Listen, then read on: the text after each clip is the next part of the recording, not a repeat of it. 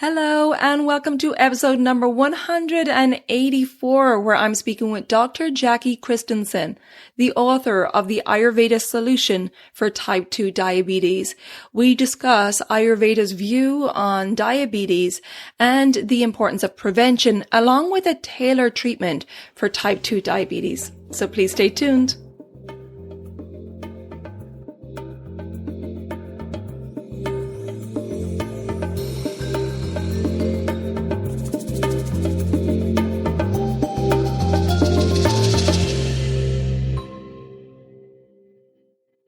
Hello and welcome to the Elements of Ayurveda podcast. I'm your host, Colette, and I hope to educate and empower you to take charge of your health and well-being, preventing disease in the body and mind so that you can thrive in life. I will be sharing the holistic teachings of Ayurveda, the ancient healing tradition from India. I will also discuss topics like yoga, which is the sister science of Ayurveda, health and wellness, nutrition, fitness, and mindfulness practices, as well as interviewing lots of inspiring people along the way. My humble wish is to help you to connect to your true nature, to Mother Nature, and to help you to connect to each other. If you're new to Ayurveda, I recommend that you start by listening to the first couple of episodes where I do an introduction to Ayurveda and the mind-body types. Now, if you like the content, please subscribe to the show so the new episodes will automatically download for you to enjoy. I've also set up a new private community away from social media on my new website, Elements Healing and Wellbeing. Now, this community provides a safe space for like-minded people to come together, to connect, to share, and to support each other. And I have many other perks in this community as well, so check it out. I'll put the link in the show notes or visit my website, elementshealingandwellbeing.com, and just click on the community tab in the menu. I hope you can join us. I'm looking forward to a lot more in-depth connection and conversation over there. And now, here's the show. Hello and welcome back to the Elements of Ayurveda podcast. I am very happy to welcome Jackie Christensen today. And Jackie is an internationally recognized author, clinician, and educator in natural health, herbology, and Ayurveda. She earned a doctoral degree in naturopathy and a master's in Ayurveda.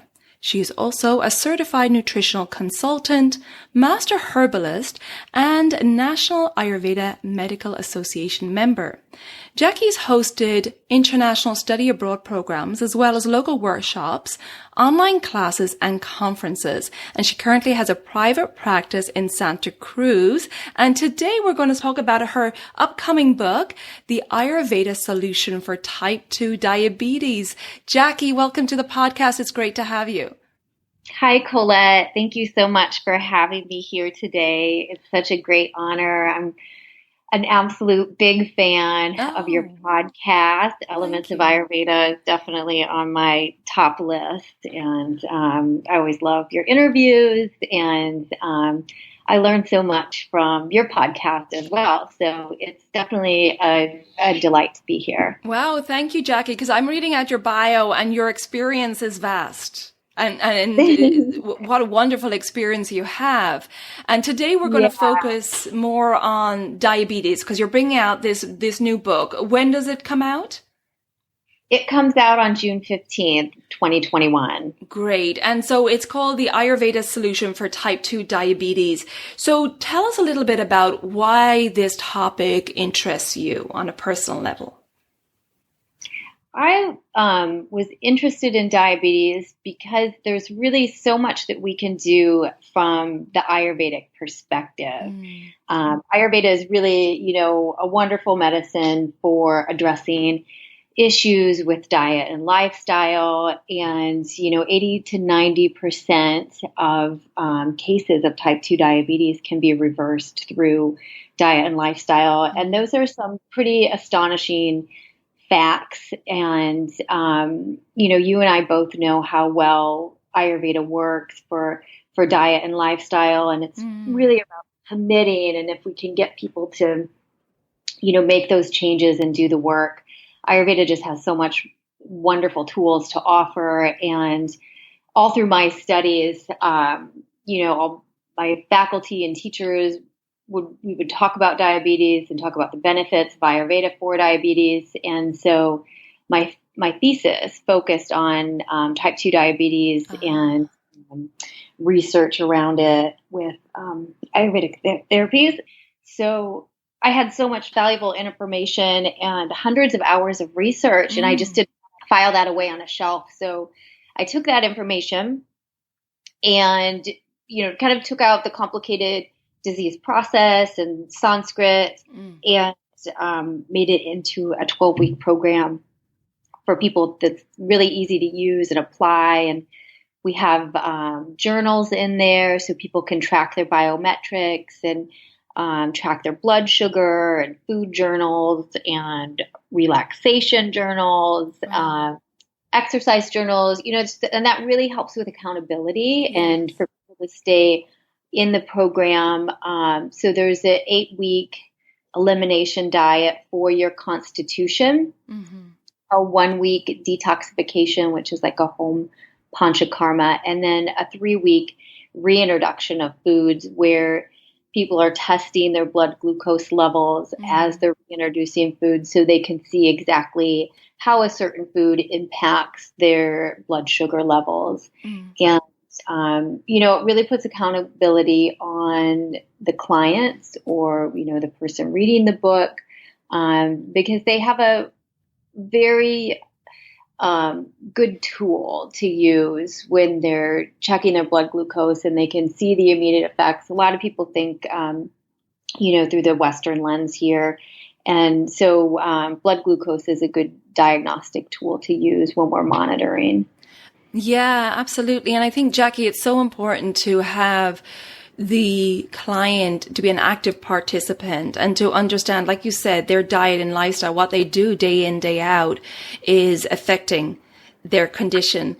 And so them being an active participant and, having these journals and being held accountable and also taking an interest. So it's not just outsourcing that to their doctor, their practitioner, that they are actually involved in the process. And I think that has a sticking effect then. That has that lasting effect. When they see the changes in their own body, they feel it, and they're also keeping track and seeing how different foods affect their blood sugar and so on. Exactly. And it's, it's a quantifiable number. Yeah. So, so people can relate to numbers, and they know when a number is high or when a number is low. But, sometimes it's hard for people to determine, how they're feeling, or if they're feeling hunger, or if they're not feeling hunger, or how they feel after exercise. So all the journals are really good because, blood sugar isn't just about eating a single food. It's really about, did you sleep well the night before? Did you exercise? Did you snack after your meal? All those things are going to affect your waking blood glucose level. Absolutely. Okay, so I'd like to back up a little bit, Jackie, because, diabetes the numbers are skyrocketing, right? Do you have actually stats? Yeah, I think we're projected to have 583 million by 2035. Oh my goodness. That's the rate we're on. And it used to be, an imbalance that affected more, kind of Western countries. But now, with the processed foods and simple sugars and traditional cultures kind of moving further away from traditional foods and, more fast food, and globalization has really affected diet and the way people eat on a daily basis. So we're really seeing it worldwide. And, type 2 diabetes was also referred to as adult onset diabetes, but we're also seeing more children develop diabetes as well. And, it's these diet and lifestyle patterns that we inherit from, our parents. So if our parents eat, processed foods and don't exercise and just kind of have poor habits that are related to type 2 diabetes, then, those are the things that we're going to adopt as well. So it's a generational type thing, but, it can be reversed. Yes, which is the good news. It's just a matter of educating people on that and changing these day in, day out habits. So I'd like to start, Jackie, here with, if you could give us a little diabetes 101 for people who are not familiar with it, and then tell us the difference between type 1 and type 2 diabetes, that would be great. Absolutely. So type 1 and type 2, type 1 is generally known as diabetes insipidus, and that is insulin-dependent diabetes. So that's normally affects about 5% of people who have diabetes. So it's more rare, it's more uncommon, and that's an autoimmune disorder where the immune system attacks the pancreas, and the pancreas is no longer able to produce insulin. And insulin is a hormone which escorts blood glucose from the bloodstream and into the muscles of the body so you can use it for energy. So we really need insulin to use glucose for muscular energy. So our body has energy to move, and so we need insulin for that process. So type 1 diabetes, it mainly, it's something that's congenital, so you're born with it. Type 2 diabetes is adult onset diabetes. So it's developed a little later in life, and it's usually not insulin dependent, but it can evolve into an insulin dependent state if there's damage to the pancreas or the liver. And so type 2 diabetes is more related to diet and lifestyle. So there's a lot of different factors that can affect and cause type 2 diabetes. A lot of times when we think of diabetes, we just think of blood sugar. Right. There's many, many more compounding factors that we can talk about. But blood glucose levels get high in the body from simple sugars and low level of activity. The pancreas produces insulin, and like we said, insulin escorts that glucose into the tissues of the body so the body can use the glucose for energy. But when that does not happen, after a while, insulin becomes ineffective. And so it doesn't do its job well anymore.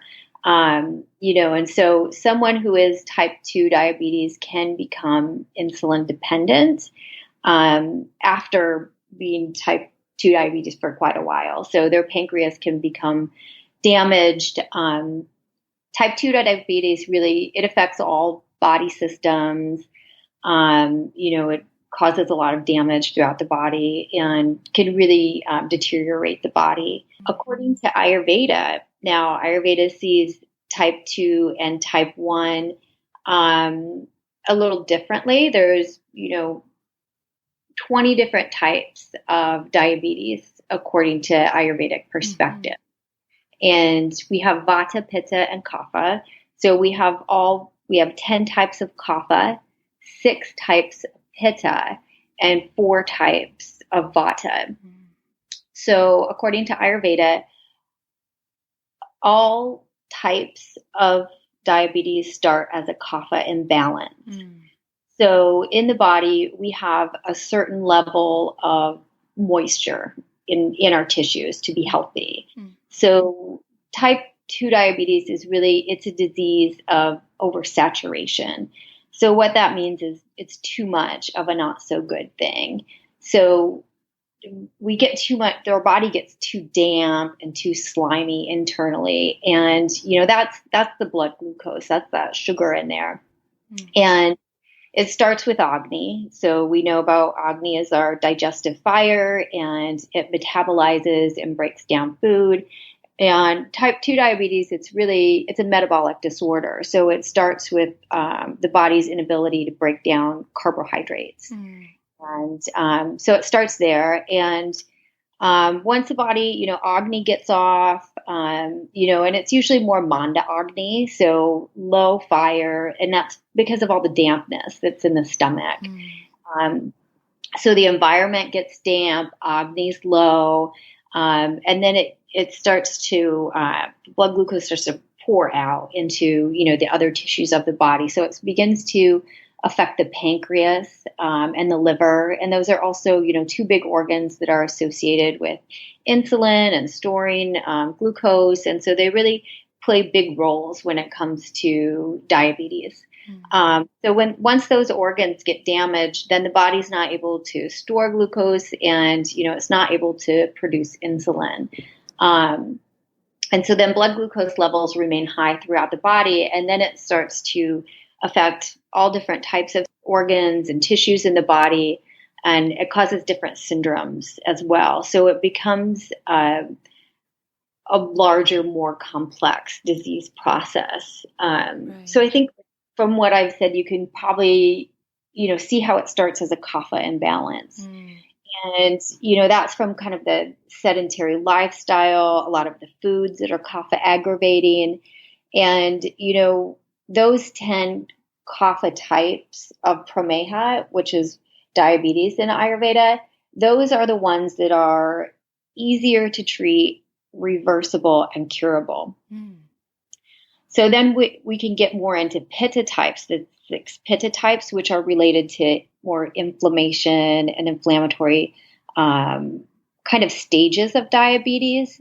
Those get to be more difficult to cure. Okay. And then the 4 vata types are insulin dependent, more neuropathies, so neurological pathologies start to develop because of all the blood glucose damage and nerve damage that's caused. Those are considered to be insulin dependent, and that's when type 2 diabetes can turn into type 1 diabetes, and a person can be insulin dependent, and those are the vata type that are considered in Ayurveda to be incurable. So when a person is pre-diabetic or newly diagnosed as a type 2 diabetic, it's really those first couple years that are really important, and they can really, monitor their blood glucose and, adjust diet and lifestyle and make, some good changes and really reverse the disease process. Because once it gets into the pitta and vata stages, it's going to be much harder to treat and, potentially incurable. Right. Very good. Thank you for that explanation. Very clear. So yes, like you said, if it's in the kapha stage, it's much more manageable.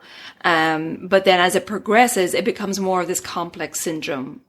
Exactly. So it's prevention is key. And really, a lot of cases in diabetics are undiagnosed. So we do think there's a lot more people out there who are diabetic and they're unaware of that. So just, self-monitoring is important, or going in and getting your regular physical examination. Obesity and type 2 diabetes, go together. So 90% of people who are type 2 diabetics are obese or have a BMI of 25 or over. So there's a lot of BMI calculators you can use online, but if your BMI is over 25, then it's really important to, get your blood glucose levels checked and start taking preventative measures. Okay. Are there other early signs that people can watch out for? You mentioned the BMI being over 25. Are there other early indicators? There's early indicators. According to Ayurveda, it's a lot of digestive type disturbances. So feeling heavy after meals, feeling slow, lethargic, feeling just stagnant and unmotivated. Those are all signs. Also, goosebumps when you urinate is a sign of diabetes too. So someone who experiences goosebumps while they urinate, also like having cavities is a sign. Dry skin, itchy skin, those are all classic Ayurvedic signs. Having a sweet taste in your mouth. Okay, so cough is that sweet taste. Kapha is that sweet taste. Yep. And the inability to digest carbohydrates, that is the feeling of heaviness and feeling lethargic. It's all that kind of ama, and we also call it Cleta, which is like that slimy, like saturation in the tissues. And there's also the tissues in the body become more kind of weak and lasted. And so the muscle tissue gets to have more qualities like Meta tissue. So Mamsa starts to turn into Meta. Right. Yes. Very interesting. Because even though there's a lot of tissues, it's poor quality tissue, right? Exactly. Exactly. So if you're starting to notice changes in your body, that's a sign that diabetes could be a possibility. Okay. And it's interesting what you said about cavities, because then, of course, the Meta tissue, the fat tissue, nourishes the Ashti, the bone tissue. So then if that Mamsa Meta poor quality, then it's going to affect the Ashti going down through exactly. Yeah, you're connecting all the dots. yeah. Well, just for people, because we've talked about the the nutrition of the dhatus of the tissue, so it's it's interesting for people also to hear that correlation now as we go through this journey with Ayurveda, and for people to start connecting those dots. I think it's really important. So exactly. And the skin with Rasa, because Rasa Dhatu is affected. And then so there's changes in a person's skin. So itchy skin, dry skin are some of the initial signs as well. Okay. And then there's the thirst as well. Is that correct? Exactly. Thirst, frequent urination. And those can also be, later stages as well. Okay. Yeah. So frequent urination in, Western medicine, we look at that to be like one of the initial signs and symptoms. But according to Ayurveda, that's actually down the line away. See, isn't that interesting? It's fascinating. Yeah. It is. And when you really look at, all of the primordial signs and symptoms that Ayurveda recognizes, at first they seem a little odd or obscure, but when you really focus on them through the Ayurvedic lens, it all makes sense. Like how Dhatu is affected and all the tissues of the body are affected, and then how the symptoms are displayed really come together.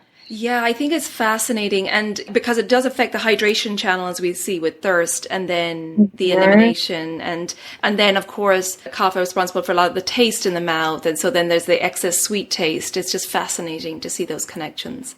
Absolutely. This is why Ayurveda is so fascinating, and we're also passionate about it because the logic and the connection of all the systems is amazing.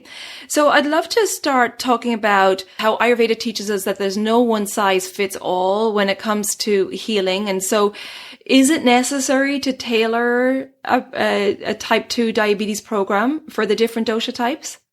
Absolutely. It's very important. There is not one size fits all approach when it comes to diabetes and healthcare and managing diabetes.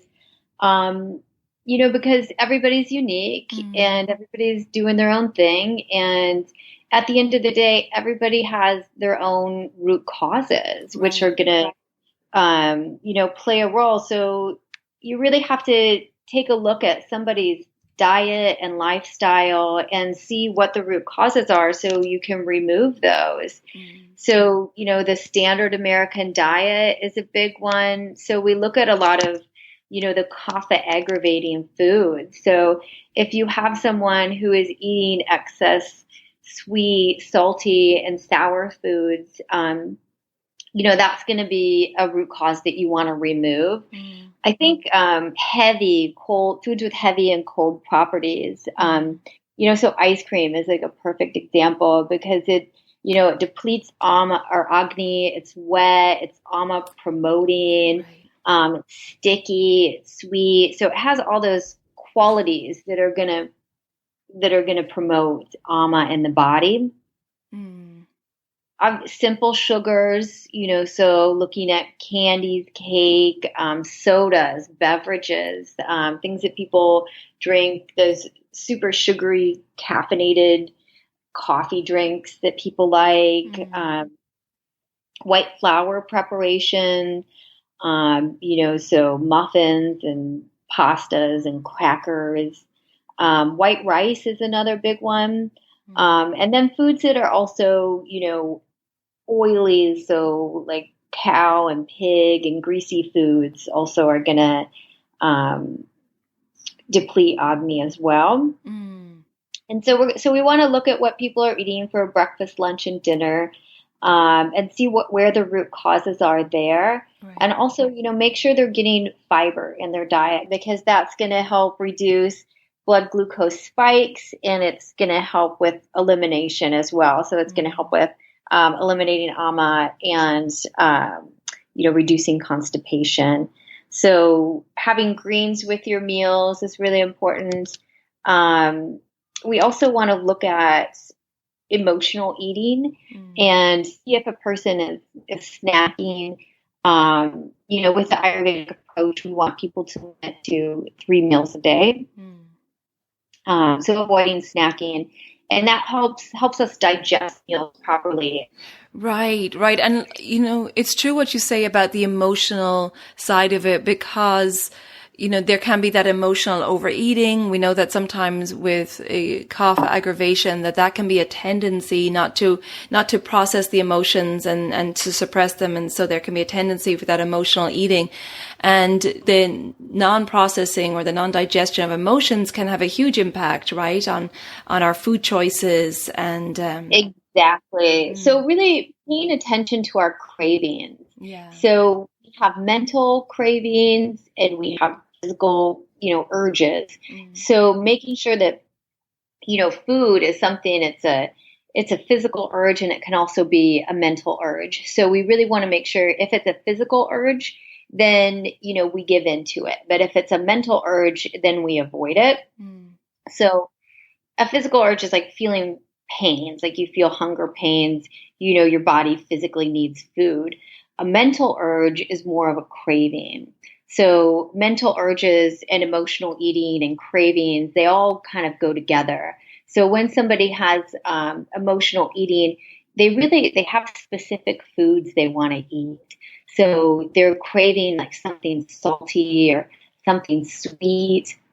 When somebody's that physically has a physical urge of hunger, they'll eat anything. They're just starving. Right. So that's kind of one way to determine if it's a physical urge or a mental urge. If it's something very specific you're craving, it's your mind that's probably craving it more than your body. Interesting. Very interesting. And so if you were designing a program, a type 2 diabetes program for particular dosha types, can you give us an idea of just a very simple idea? Of course, you have to look at each individual's root causes and their lifestyle and their food choices and emotional behavior and so on. But can you give us a little outline of what that looks like and how it differs, please? Yeah, definitely. So let's talk about diet for a minute, since we're kind of on that subject. So if we have somebody who has more of a Vata type, Pitta type, or Kapha type, so we know all these kapha foods are aggravating, right? So for Vata, a Vata person, traditionally we're recommending sweet, sour, and salty. So, sweet and sour are going to promote more diabetics and type 2 diabetes conditions. So we're going to have the Vata person focus more on sour foods and including sour in there, along with bitter and astringent. So they're not upsetting their Vata imbalance, but they're still addressing their type 2 diabetes. So somebody who's Pitta, so Pitta is usually, sweet, bitter, and astringent would be the 3 tastes you'd recommend for Pitta. So somebody who's diabetic, you would have them, cut out sweet and focus more on the bitter and astringent taste. And somebody who is kapha, who has a kapha imbalance, they can have sweet, or they can have bitter, astringent, and pungent taste. And all of those are still good for type 2 diabetes, but not too much pungent, because pungent can be overly drying, which can also cause problems as well and deteriorate the tissues. So bitter and astringent are great taste for kapha, and minimal amount of pungent, but just a little bit of heat to help with Agni is good. Right, but not too pungent. But not too pungent. And then sleep is going to be different. So sleep is another root cause for type 2 diabetes. So either sleeping too much or napping throughout the day. Right. So a Vata person tends to need more sleep than Pitta and Kapha. So somebody who is on a type 2 diabetes program who is more Vata nature, then they're going to need a little more sleep than the Pitta or Kapha person. So I would say, around the 8-hour mark. Mm-hmm. Pittas can also do a little less. So, we're getting more into a 7-hour, and then Kapha needs less. So about 6 hours would be good for a Kapha person. And no naps for anybody. So daytime napping is seen as also a root cause for type 2 diabetes. Right. So avoiding napping. Exercise is also, something that we would want to include. And an exercise program is going to differ, depending on the person's constitution. Yeah. So Vata people tend to be, a little leaner and less muscle mass. So somebody who is Vata, we want them to gain muscle mass because that's what's going to help with glucose uptake and balance blood glucose. So more resistance training and muscle building and less cardio for somebody who is Vata, because Vata already has that movement in the body. Yeah. So they don't need a lot of cardio, because cardio is just kind of, running, jumping, getting the heart rate up. So we don't want people who are Vata to do too much cardio. We want to focus more on building muscle. Okay. Pitta, Pitta's the middle. Pitta usually has a pretty good muscle definition. So, about half and half for them. So their exercise program is going to include, resistance training and also, cardio workouts, about half and half. With Pitta, we've got to kind of focus on calming the Pitta down. Mm-hmm. So, probably not activities that are going to be super competitive, not exercising during the middle of the day. Hot yoga is going to be a no-no for Pitta. Right. Mm-hmm. Kapha, on the other hand, we're going to do more cardio for Kapha. So Kapha needs to get that movement in the body. And so being mindful of the joints, and if it is a heavy Kapha person, starting out slow, walking is really important. So walking after meals is a highly recommended activity for reducing type 2 diabetes.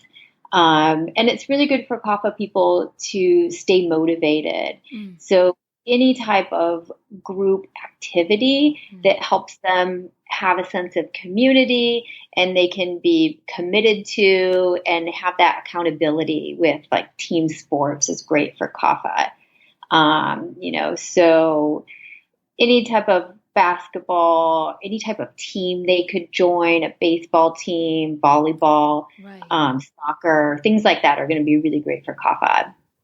Wonderful. Yes, Kapha needs that inspiration and that motivation. So if they can have that And group.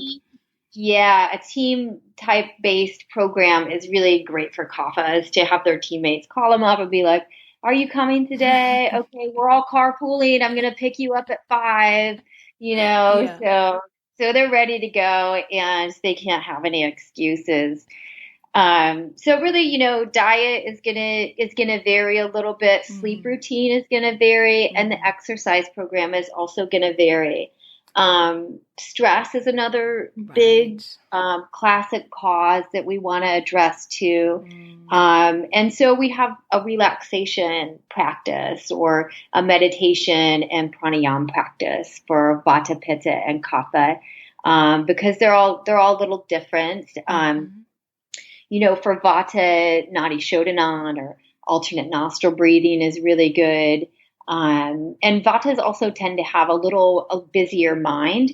So more concentration type meditations can be good for Vata.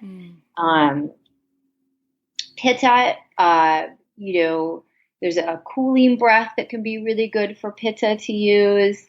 And meditation is also a wonderful key for Pitta as well. for Pitta too, I think focusing on letting go of, things that have happened throughout the day. When Pitta gets out of balance, there can be, some judgment there and kind of critical thinking, not in a good way, but like being critical of others. So when Pitta is out of balance, we really want them to do, maybe a gratitude journal at the end of the day. And that can help them go to bed and unwind easily and, kind of focus on what they're grateful for rather than things that went wrong throughout the day. Right, rather than ruminating. Exactly. And then Kapha, a little more stimuli there. So Kapalabhati is a great breathwork practice. And maybe a little more active yoga practice as well. So some more standing poses, sun salutations are wonderful. So more of like a moving meditation for Kapha. But there's also, there's different yoga poses for Vata, Pitta, and Kapha. So poses that put pressure on the seats of the organs. So, for Vata, that's the colon. So a lot of like forward bends. And for Pitta, it's the small intestine. So twists are really good for that. And for Kapha, it's the stomach. So, it's the whole kind of stretching when we're inhaling and reaching up during a sun salutation, and then exhaling and folding forward really massages the stomach for Kapha. So there's, Vata, Pitta, and Kapha activities and, meditation and pranayama and yoga that we can use to tailor type 2 diabetes programs for each constitution and really make it personalized for that person and very effective. Wonderful. That's great. And like you said, it needs to be tailored to each person. And also the holistic approach is so important. It's not enough just to look at the food. You have to look at the sleep and the emotional health and the activity. Exactly. We have to look at Agni too. Yeah. Agni is a big one because that's, that's samprapti. So that's the disease process in Ayurveda. And so it all starts with impaired digestion, which affects carbohydrate metabolism. And then it causes metabolic waste or ama in the body, which, just kind of clogs up the body a little more here and there. So really like adjusting, the disease process by correcting Agni. Right, absolutely. And also, I know in the book you mentioned some natural therapeutic practices that people can do at home as well. Yeah, exactly. So we do have a home panchakarma in there. Great. So detoxification. The book starts with, it's a 12-week program, and the first 8 weeks are an elimination diet. So we start with a quiz to help you determine not only your constitution, but also your current state. So that's going to help determine the stage of type 2 diabetes that you're in and which doshas are affected. So the constitution quiz, it includes, questions about, your body frame, your structure, your personality, but it's also current state too. So it goes through the Vata, Pitta, and Kapha types of type 2 diabetes symptoms that you are going to be experiencing or can be experiencing. And from there, once you complete the quiz, then you'll determine, which program is the most appropriate for you. And the first step is an 8-week elimination diet. So we have food lists for Vata, Pitta, and Kapha. So there's a food list there. We have 25 recipes for each dosha. So we have a good variety of lunch recipes, breakfast, and dinner. Great. Yeah, there's herbs. So there's an herbal tea throughout the day. There's herbs before meals, so Agni Deepana, and then herbs after meals, which is Amapachana. So those herbs are going to help address, Agni and Ama issues and help correct issues there. And we're going to drink a tea. Barley is a highly recommended food in Ayurveda. So the tea does include a little bit of barley. It includes turmeric, fenugreek, cinnamon, ginger. It's a really yummy, kind of tasty tea. And that's going to help balance blood glucose throughout the day as well. Yeah, barley is great for pacifying kapha. Exactly. It's because of its kind of rough, dry nature. Yeah, and it's one that's not used a lot, so it's good to bring attention to that. Yeah, it's really, we don't use it a lot in, in the US, but it is a great grain to just kind of rediscover. Yes. There's a lot you can do with it. Even making, there's a study in there with some researchers that had participants make a barley bread and just eat that a couple times a day. And just eating the barley bread helped reduce type 2 diabetes. Oh, wow. That's great. Great. Okay. Yeah. I think I interrupted you on your flow. So continue on. Yep. So we were talking about the 8-week elimination diet. Mm-hmm. And there's, an exercise program for Vata, Pitta, and Kapha, a relaxation, stress reduction program for Vata, Pitta, and Kapha, sleep guidelines. And all of those things are recommended in the first 8 weeks. Mm-hmm. And then on the 9th week, we transition into a detoxification week. So it's a home panchakarma. Mm. So we're switching to more of a khichdi-based diet for a week. And it's khichdi with mung beans and barley. Okay, great. And some great herbs there. And then we're doing snehana and swedana, so oiling the body, and doing internal oleation as well, so small amounts of ghee or an oil that is appropriate for your constitution. Mm. And then at the end, there's a virachana or a purgative. Okay, great.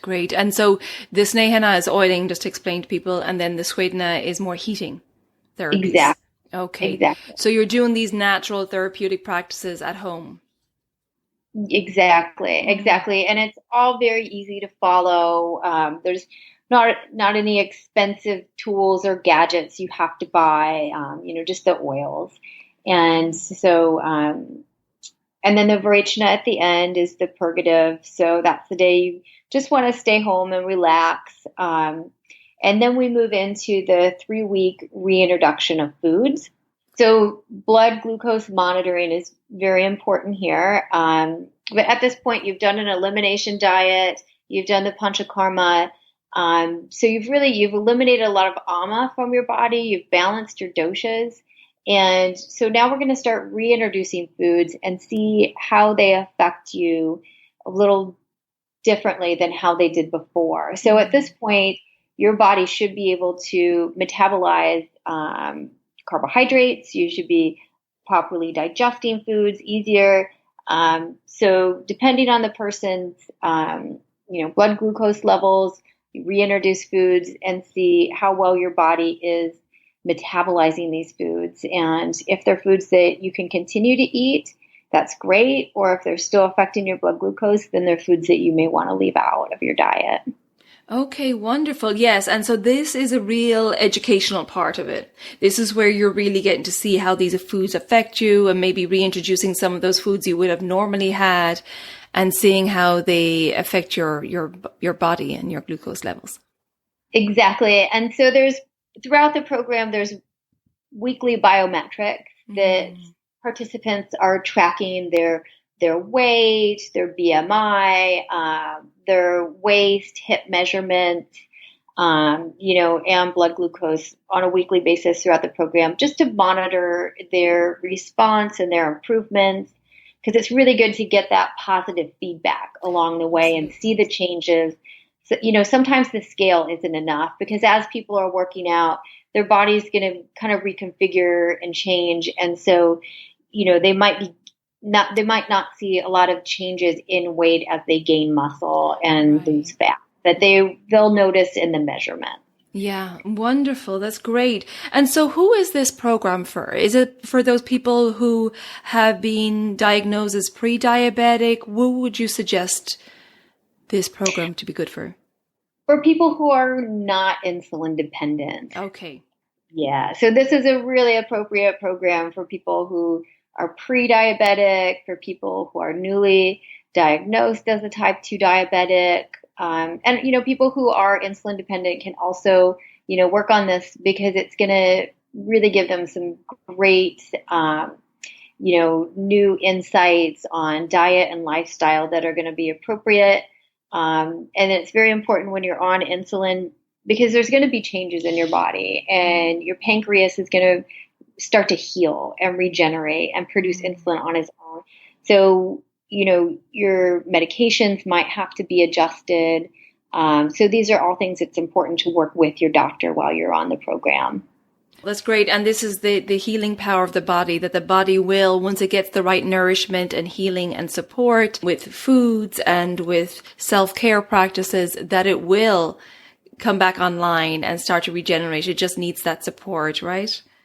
Yeah, the herbs work really wonderful. A lot of the research with the herbs too, if there's pharmaceuticals involved too, it can bring your blood glucose levels down too low. So it is important to monitor your blood glucose levels, have your doctor on board so they can adjust your prescriptions, your dosages, and your medications.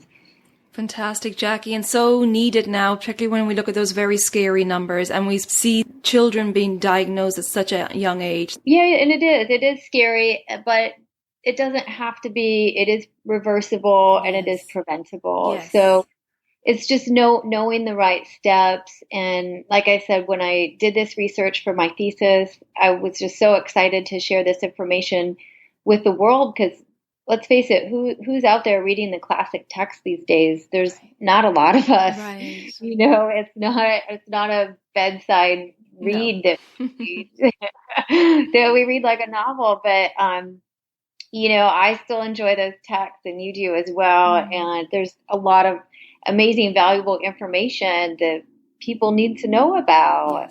Yes. And like you said, that this is it is reversible and also prevention. Ayurveda is all about prevention. So preventing this in the first place by making sure your digestive fire and digestive system is working efficiently and making sure you have good self-care and exercise, good sleep, managing stress and so on, right? So that's a priority. Even if you're listening to this episode, you're like, oh, I don't have any problems with this, or I'm not pre-diabetic, but it's understanding prevention is key for all of us.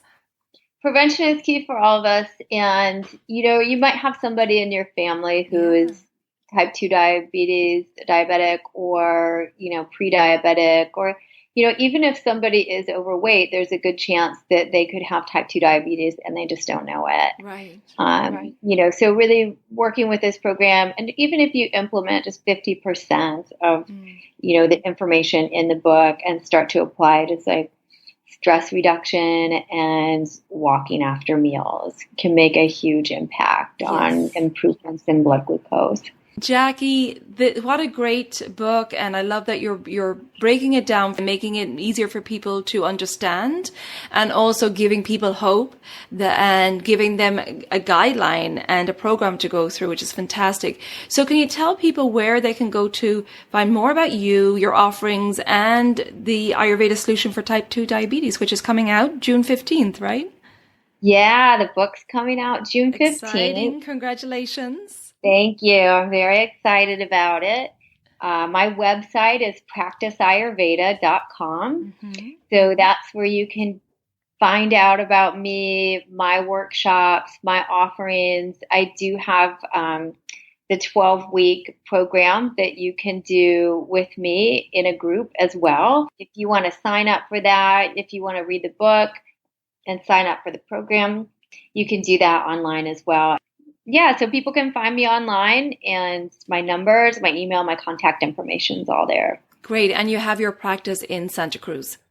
And I have a private practice in Santa Cruz as well. So if somebody's interested in a consultation, I do in-person consultations here. I also do Zoom consultations for people who are not local. Wonderful. Well, Jackie, it's been an absolute pleasure. Thank you for sharing this information today. And again, thank you for putting this information out in the world. I think it's something we really need to pay attention to and to let people know that they can manage this with just the right education and the knowledge. Wonderful. Thank you so much, Colette. My It was so pleasure. nice to meet with you today. Likewise, Jackie, take good care of yourself. Thank you. Bye for now. Bye. I hope you enjoyed that conversation with Jackie. If you think that this episode would be beneficial to family or friends, please share it with them. And please check out the show notes for the link to Jackie's website. If you would like more information on my online offerings, just click on the link in the show notes or visit my website, elementshealingandwellbeing.com. And there you'll find my offerings of online consultations, at-home cleanses, and educational programs as well. If you haven't already subscribed to the podcast, please do so the new episodes will automatically download for you. And if you would like to rate and review the podcast wherever you listen to your podcasts, I would really appreciate that. Don't forget, if you want to continue the conversation, come join the private Elements of Ayurveda podcast community. I'll put that link in the show notes. And until next time, take good care of yourself, be well, and bye for now. Slán go fóill.